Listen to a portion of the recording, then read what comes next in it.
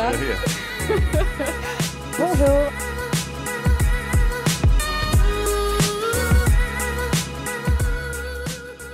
Chef d'État, défenseur de l'environnement, athlète olympique ou encore père de famille, que savons-nous réellement du prince Albert de Monaco qui s'apprête à fêter ses 60 ans? Eh bien, pour y répondre, je reçois une spécialiste des familles royales. On est ravis de la recevoir au Figaro aujourd'hui. Bonjour Isabelle River. Bonjour. Merci d'avoir accepté notre invitation. Vous êtes journaliste, vous collaborez au magazine Point de Vue et vous avez déjà fait publier Élisabeth II dans l'intimité du règne en 2012 ainsi que Charles et Camilla, une histoire anglaise en 2017 aux éditions Fayard.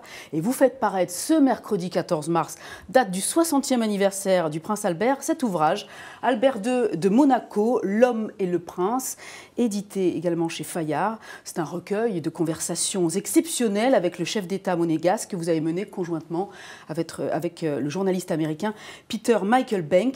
Le prince Albert, c'est un homme rare dans les médias, une personnalité qui se livre peu.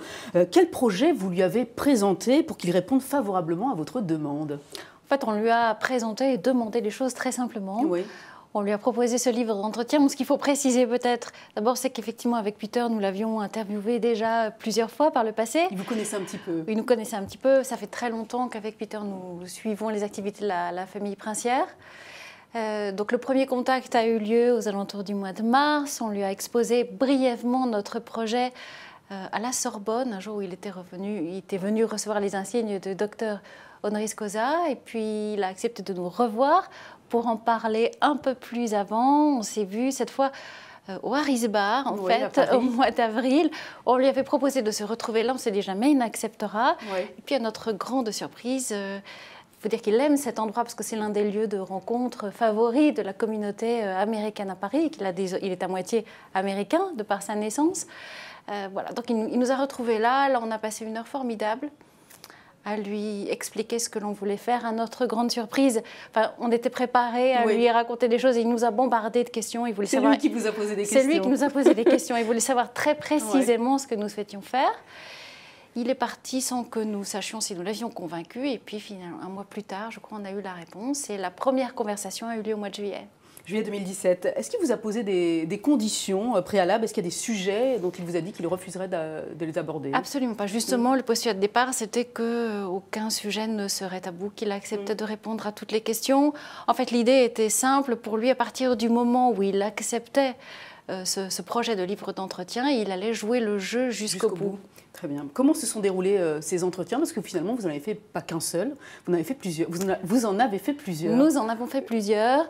Il a souhaité, parce que ça c'est vraiment lui qui en a eu l'idée, nous recevoir à chaque fois dans un lieu différent, un lieu intimement, un lieu symbolique, un lieu étroitement, intimement associé à son histoire personnelle.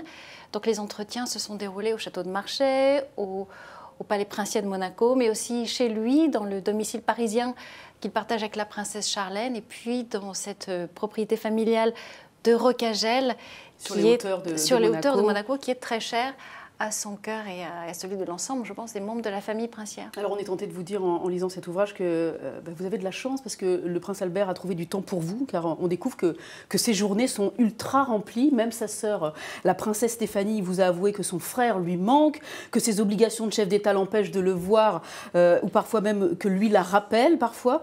En quelques mots, Emmanuel River, il ressemble à quoi l'agenda du chef de l'État monégasque? C'est un agenda ultra serré, 12, 14, 16 heures de travail par jour. C'est un agenda aussi qui est décidé 6, 8 mois, voire un an, voire un peu plus d'un an à l'avance. Et je voudrais remercier ici son assistante personnelle, l'assistante du prince, Christine Spril, qui a réalisé de véritables exploits pour trouver un peu de place dans cet agenda surchargé pour que le prince ait le temps de nous recevoir. Ce sont des journées extrêmement remplies, vous le disiez, et par rapport à tout ça, il vous a exprimé ses envies de sérénité, de calme à plusieurs reprises, son besoin même de moments de solitude. Comment il échappe à ces contraintes? Qu'est-ce qu'il fait pour se détendre dans les peu de moments qu'il a pour se détendre? Alors, lorsqu'on lui a posé la question, il nous a dit, lorsqu'il est à Marchais notamment, qui est le château, la résidence privée de la famille princière dans les Hauts-de-France, près de Laon, de temps en temps, mais c'est vraiment rarissime. Je ne sais pas combien de fois ça arrive par an, mais bon, il prend un livre, il essaie de s'allonger quelques instants dans l'herbe, essayer de se détendre. En fait, le problème, c'est que c'est le problème à la fois de tous les chefs d'État, je suppose. Et lui, en tant que prince régnant, c'est qu'il est entouré en permanence d'un personnel, d'une équipe de conseillers qui sont là pour lui rappeler. C'est leur travail. Toutes les obligations qu'il a au cours de la journée. Il lui est très difficile, en fait, d'être seul. De s'en dégager. Il est très difficile de s'en dégager. Et ce que m'avait dit d'ailleurs la princesse Stéphanie, c'est que ce n'est que vraiment lorsqu'il se retrouve en famille avec son épouse et ses 2 enfants, Jacques et Gabriella, que là, il se sent vraiment libre d'être serein et d'être enfin lui-même. Il vous avoue aussi qu'il aurait aimé tenter des expériences différentes, explorer le monde encore davantage, vivre d'autres aventures et avoir la possibilité même d'exercer un autre métier. Est-ce qu'il aurait pu échapper à son destin, le prince Albert? Lorsqu'on est né pour régner, ce qui est son cas, il est très très difficile d'échapper à cela. Lui, la réalisation en fait de son destin est arrivée très tôt dans son existence, parce que c'est vers l'âge de 6 ou 7 ans, lorsqu'il a effectué son premier engagement officiel, qui se trouvait être l'inauguration de la nouvelle gare de Monte-Carlo. Et bien ce jour-là, oui, il a réalisé quelle vie l'attendait. Donc effectivement, je pense qu'il y a chez tous les futurs souverains régnants une tentation, souvent à des âges un peu différents, mais souvent à l'adolescence. En tout cas, d'échapper un peu à oui, son en tout destin. cas, la tentation de se poser la question, si j'avais la possibilité de faire autre chose autrement, qu'est-ce que je ferais?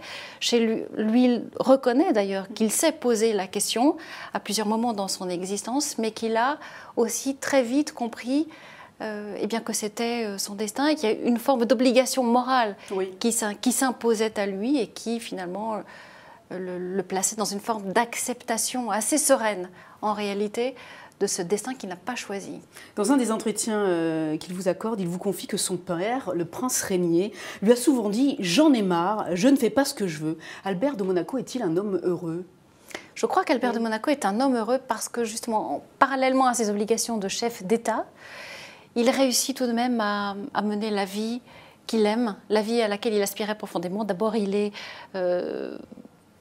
époux et père de famille. Et cette situation de père de famille le comble, je pense, parfaitement. Et puis aussi, il y a, c'est vrai, chez lui, comme le dit très bien la princesse Caroline, sa sœur aînée, un goût d'aventure, un goût de voyage, de découverte permanent, qu'il réussit tout de même à assouvir. Je pense que c'est un homme qui fait le tour du monde plusieurs fois. Oui, plusieurs fois par an. Et voilà, donc je pense qu'il a réussi à trouver l'équilibre qui lui convient. Est-ce qu'il a le goût du pouvoir, ou en tout cas, quel rapport il entretient avec le pouvoir? Je pense qu'il a un rapport très sain et très serein avec l'exercice du pouvoir. C'est quelque chose, encore une fois, qu'il accepte. Je ne sais pas si on peut parler de goût du pouvoir. En tout cas, il l'accepte. Je pense que c'est le mot qui convient. Est-ce qu'il a changé, ce monsieur, depuis qu'il a accédé au trône en 2005 à la mort du prince régnier? En tout cas, de la vie unanime de son entourage, des gens qui lui sont les plus proches, non, il n'a pas changé. La seule chose qui a changé, c'est lui, c'est la fatigue, dit la princesse Stéphanie. Donc pour moi, il est resté le même, mais en beaucoup plus fatigué. C'est en tout cas ce qu'elle nous a confié. Mais l'homme est resté le même? L'homme est resté le même, oui. Vous avez pu également vous entretenir avec la princesse de Hanovre. Caroline, elle dit de son frère que son identité s'est en partie construite grâce aux États-Unis. Qu'est-ce qu'elle veut dire? La princesse Grace, qui était née Grace Kelly, l'actrice hollywoodienne que tout le monde connaît, a fait en sorte que très tôt, ses enfants soient imprégnés de cette culture américaine à laquelle elle-même était très attachée. C'est vrai qu'ils ont passé beaucoup de temps, enfants, adolescents et jeunes adultes, aux États-Unis. Le prince Albert, notamment, qui participait chaque année à des contes d'été. Ils ont toujours de la famille aux États-Unis qu'ils voient régulièrement. Sur la côte est américaine. Oui. La culture américaine est toujours très importante pour lui. Il est imprégné de ça au point qu'on pourrait dire qu'il est plus un Kelly dans l'âme qu'un Grimaldi ou pas? Non. Lorsqu'on lui a posé la question, il nous a dit « je crois être un peu des deux ». Et je pense que voilà, il est à la fois un Kelly, mais aussi un monégasque de cœur et de conviction. Mais c'est celui de ses sœurs, entre ses sœurs et lui, c'est celui qui est le plus proche de la culture américaine, on va dire? C'est en tout cas ce que nous ont dit ses 2 sœurs, oui, absolument. Le prince Albert s'est marié en juillet 2011, on se souvient de ce mariage fastueux, on va dire, avec Charlène Wittstock. Ses jumeaux qu'il a eu avec Charlène, Jacques et Gabriella, dont on apprend d'ailleurs, c'est une confidence qu'il vous fait, qu'il les surnomme Jackie et Bella, sont nés en décembre 2014. Qu'a changé la paternité chez Albert II? Comment est-il avec ses enfants? Il y a une forme d'épanouissement. La princesse Stéphanie dit qu'une espèce de lumière en fait, s'est gravée sur ses traits à la naissance de ses enfants. Il n'a plus jamais quitté son visage depuis. Je pense que c'est assez juste. D'ailleurs, et son cousin germain aussi, Christopher Levine, qui est son confident, son complice de toujours, qui a été le témoin de son mariage, nous racontait aussi que, il le connaît depuis toujours, il a fait le tour du monde, il ne lui a jamais montré une seule photo, mais depuis que ses enfants sont nés, c'est en permanence, tiens, est-ce que tu veux voir les premiers pas de Jacques, tiens, la première dent de Gabriella. Voilà, donc c'est un homme qui montre en fait au quotidien quel bonheur il a d'être père. Et oui, je crois que ça le comble parfaitement. Il avait eu par le passé, il avait reconnu 2 enfants nés de liaisons passées. C'est un sujet qu'il a abordé avec vous de façon naturelle, sans gêne. Absolument, cela faisait partie des sujets. Nous avions prévenu que nous allions poser la question, donc il y a répondu. Nous lui avons posé la question simplement et il y a répondu aussi très simplement, très franchement. Ce qui nous a beaucoup, à la fois beaucoup touché, beaucoup frappé aussi pendant ces mois durant lesquels nous l'avons suivi, c'est la franchise avec laquelle il nous a répondu. Tout s'est fait de manière très directe. Il n'y a jamais eu de phrases, vous savez, de mots détournés. Il n'a pas tourné autour du pot. Il n'a jamais tourné autour du pot et sur ce sujet-là non plus. D'ailleurs, il s'occupe toujours à distance de cette jeune femme et ce jeune garçon Yasmine et Alexandre. Voilà, dont il suit le parcours scolaire ou de jeune adulte aujourd'hui. Et il dit il dit d'ailleurs très joliment finalement qu'il espère, qu'il veille sur eux à distance, parce que c'est vrai qu'ils ne sont pas à Monaco, donc c'est moins facile pour lui. Mais il espère les aider à trouver et à s'engager sur le bon chemin de vie. On dit du prince Albert que c'est un homme timide, réservé, perfectionniste, consciencieux, bienveillant, d'une gentillesse remarquable. Quel caractère de sa personne vous a le plus frappé, vous, quand vous l'avez rencontré, depuis que vous le connaissez d'ailleurs? Alors, je pense vraiment que la gentillesse est le premier mot qui me vient à l'esprit. C'est aussi le premier mot qui est venu à l'esprit de sa sœur aînée, la princesse Caroline, lorsqu'on lui a posé la question. Elle nous dit que c'est l'un des hommes les plus charmants que l'on puisse rencontrer, mais c'est tout à fait exact. Nous avons découvert un homme gentil, bienveillant, très à l'écoute, très disponible, très simple. Voilà, ça a été une aventure professionnelle, je pense, pour Peter et moi, mais ça a aussi été une aventure humaine qui nous a permis de découvrir un homme que l'on croyait connaître, mais en réalité non. Vous avez découvert des choses que vous ne connaissiez pas du personnage? Oui, partager des moments comme ça avec lui permet aussi de voir qu'il a un sens de l'humour très très développé. On a beaucoup ri, il faut reconnaître aussi pendant ces conversations que nous avons eues avec lui. L'humour, c'est probablement un des traits qu'il détient de ses parents à plusieurs reprises. Et il fait mention de l'humour de Grace Kelly et de son père, le prince Rainier. Oui, absolument. Et la princesse Caroline, et la princesse Stéphanie, et le prince Albert nous ont parlé tous les trois de l'humour de leurs parents, de celui du prince Rainier qui adorait les farces et attrapes, ce que l'on découvre voilà, à la lecture du livre. Beaucoup avec ses enfants. Il en usait beaucoup avec ses enfants, notamment, oui.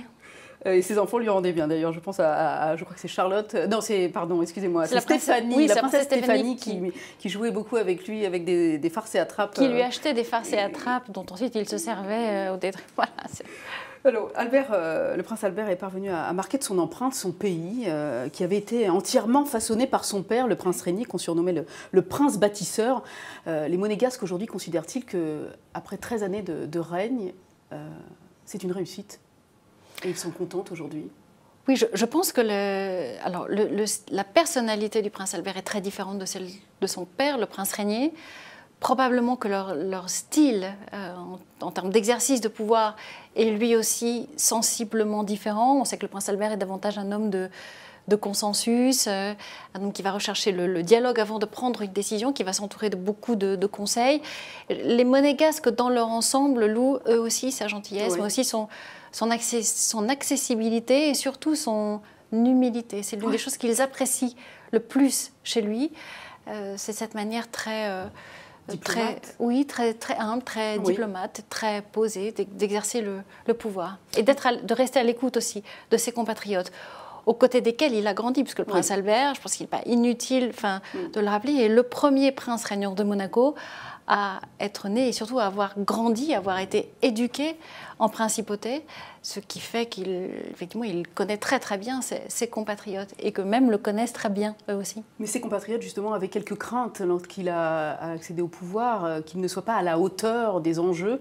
Le prince Régnier était quelqu'un, effectivement, de très direct, directif, qui a su imposer avec une sorte de main de fer, on va dire, ses volontés. On pensait peut-être que le prince Albert serait peut-être un peu plus faible du fait de cette gentillesse qu'on lui donnait. Ça n'a pas été le cas du tout. Il a réalisé des choses exceptionnelles, on va dire, sur Monaco. Il a déjà réalisé beaucoup de choses, beaucoup de réformes ont été mises en œuvre. Et puis il y a cette phrase du père Penzo, César Penzo, le chapelain du palais princier qui connaît le prince Albert depuis qu'il y a 6 mois, et qui a eu cette phrase au cours de l'une de nos conversations qui nous a dit on le prenait pour un homme faible, mais c'est parce qu'on se méprend sur son caractère. Albert n'est pas un homme faible, c'est un homme bon. Et c'est, je crois, cette bonté, cette gentillesse, cette humilité qui sont tout à fait naturelles chez lui, qui ont laissé croire, en fait, à un certain nombre de personnes autour de lui qu'il pourrait se laisser abuser. Qu'il serait plus faible que son père, voilà. en tout cas, dans l'exercice du pouvoir, ce qui n'a pas été le cas. Il a beaucoup transformé la principauté de Monaco sur le plan architectural, mais aussi sur le plan culturel, sur le plan environnemental. Comment va-t-il encore transformer cet état-ville qu'est Monaco dans les 10 prochaines années? Alors, il y a beaucoup encore... Monaco est une principauté, je vais dire, en chantier permanent, en développement permanent. Il y a beaucoup de chantiers, de projets qu'il a mis en œuvre. L'une des préoccupations principales, des préoccupations majeures en fait, pour les années qui viennent, c'est l'augmentation constante de la population en principauté, qui est l'un des défis à relever dans les prochaines années. Aujourd'hui, on est à moins de 40 000 habitants. Je crois qu'ils veulent passer à maximum 50 000, c'est ça? La capacité ne pourra pas aller vraiment au-delà? Oui, le prince estime qu'au-delà de 50 000, ça représente une espèce de saut dans l'inconnu qui sera probablement très difficile à gérer. Oui, beaucoup de défis s'imposent à lui. Il y a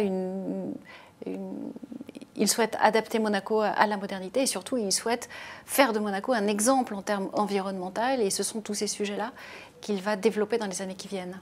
À propos de chef d'État, est-ce qu'il a déjà rencontré le président de la République française, Emmanuel Macron, et si une visite officielle était prévue prochainement entre les deux hommes? Le prince a déjà rencontré Emmanuel Macron, mais à titre officieux, amical. Une rencontre officielle, la première rencontre officielle entre les deux hommes, devrait intervenir au cours du printemps. Il nous a dit qu'une date était actuellement à l'étude. Qu'est-ce qu'il pense de l'action politique d'Emmanuel Macron, d'ailleurs? Le prince Albert a l'air de trouver qu'Emmanuel Macron engage le pays sur la bonne voie. C'est en tout cas ce qu'il nous a laissé entendre. On va passer aux questions des internautes tout de suite vos questions.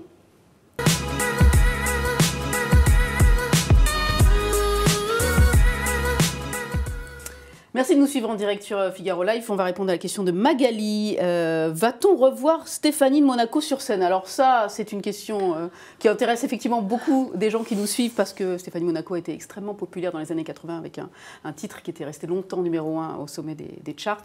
Je ne sais pas si c'est le type de sujet que vous avez abordé avec le prince Albert. Non, ça n'est pas un sujet que nous avons abordé avec le prince Albert. Ce que je peux vous dire, c'est que la princesse Stéphanie vit aujourd'hui une grande partie de son temps sur le domaine de Fontbonne, qui est situé pas très loin de Rocagel, sur les hauteurs de la principauté, dans un domaine donc qui appartient au prince Albert et sur lequel elle a recueilli, il y a quelques années, 2 éléphants, bébé et Népal, qui étaient menacés d'euthanasie, et dont elle s'occupe aujourd'hui avec un dévouement remarquable. Elle est totalement détachée aujourd'hui de la sphère médiatique, on va dire, proche. Elle s'occupe du cirque, je crois. Elle est présidente du Festival international du cirque de Monte-Carlo. C'est une présidence qui occupe elle aussi une grande partie de son temps parce qu'elle nécessite un grand nombre de déplacements, de voyages à l'étranger pour aller toujours à la rencontre, à la découverte des jeunes talents. Donc ça l'amène à sillonner un peu le monde entier, à la découverte des artistes circassiens de demain. Donc c'est une femme qui est très occupée, qui est toujours aussi très impliquée dans la vie officielle de la principauté. Mais d'une façon différente de sa sœur Caroline, hein. Sans doute, oui. La princesse Caroline, elle, est très engagée dans plusieurs commissions. Elle est en charge de la vie culturelle et de nombre des aspects de la vie sociale en principauté. Les 2 femmes occupent auprès de leurs frères, les 2 princesses occupent auprès de leurs frères un rôle différent, un rôle complémentaire. Et ce qu'on va découvrir, ce que l'on découvre en fait lorsque l'on lit le livre, c'est que toutes les deux le conseillent dans bien des domaines. Très régulièrement. Oui, et que le prince se fie beaucoup à leur jugement. Tout à fait. À propos de cirque, Yannick s'interroge, le Grand Cirque de Monaco organise-t-il un événement pour l'anniversaire du prince Albert? Non, il y aura un son et lumière à la cathédrale de Monaco qui a été prévu pour les 60 ans du prince. Je crois aussi que le prince souhaite organiser une petite fête en privé avec ses amis, ses proches, et fêter en même temps que son 60e anniversaire les 40 ans de la princesse Charlène qui, elle, a fêté ses 40 ans au mois de janvier. À propos de petits comités, il vous révèle dans un des entretiens que vous faites avec lui que finalement pour son mariage, si ça n'avait été qu'une question personnelle qui lui avait été posée, il aurait apprécié faire un mariage en tête-à-tête avec Charlène et pas un mariage aussi médiatique que celui qui a eu lieu. Monaco avait à cœur de faire les choses en grand pour son prince, pour son chef de l'État. Il a eu cette phrase, c'est vrai que si nous avions pu nous marier quelque part sous un arbre, comme ça a été le cas, ou sur une plage, comme ça avait été le cas pour un ami du couple princier il y a quelque temps, il aurait été, avec la princesse Charlène, parfaitement heureux. Parce qu'aujourd'hui, effectivement, il a des impératifs qui le suivront et le poursuivront jusqu'au bout. Oui. Est-il question qu'il donne l'accession au trône à son fils Jacques, avant même qu'il ne décède, contrairement à ce qui s'est passé entre lui et son père, le prince Régnier? Pour l'instant, il n'en est pas question. D'abord, le prince Jacques est très petit, il a 3 ans. Et je ne pense pas que ce soit du tout dans les intentions du prince Albert, là, dans les... C'est pas une question qui le préoccupe dans l'immédiat. Je ne pense pas, non, je ne pense pas. À laquelle il pense probablement, sur la suite et l'avenir de... Je pense surtout qu'il aura à cœur de préparer son fils au mieux pour que, une fois le moment venu, il puisse lui succéder. C'est de toute façon une décision qui lui appartient. Merci beaucoup Emmanuelle River pour cet entretien. Je rappelle le titre de votre ouvrage, Albert II de Monaco, l'homme et le prince, est édité chez Fayard. Des conversations exceptionnelles avec le prince Albert de Monaco, mais aussi avec son épouse Charlène et les 2 sœurs du prince, Caroline, la princesse Caroline et la princesse Stéphanie. Des entretiens menés avec votre confrère américain Peter Michael Bank. L'ouvrage est disponible ce 14 mars, je le disais, date anniversaire des 60 ans du prince Albert de Monaco, dans toutes les bonnes librairies et évidemment sur tous les sites de vente en ligne habituelle. Merci encore Emmanuelle River. C'est génial. C'est génial. Bonjour.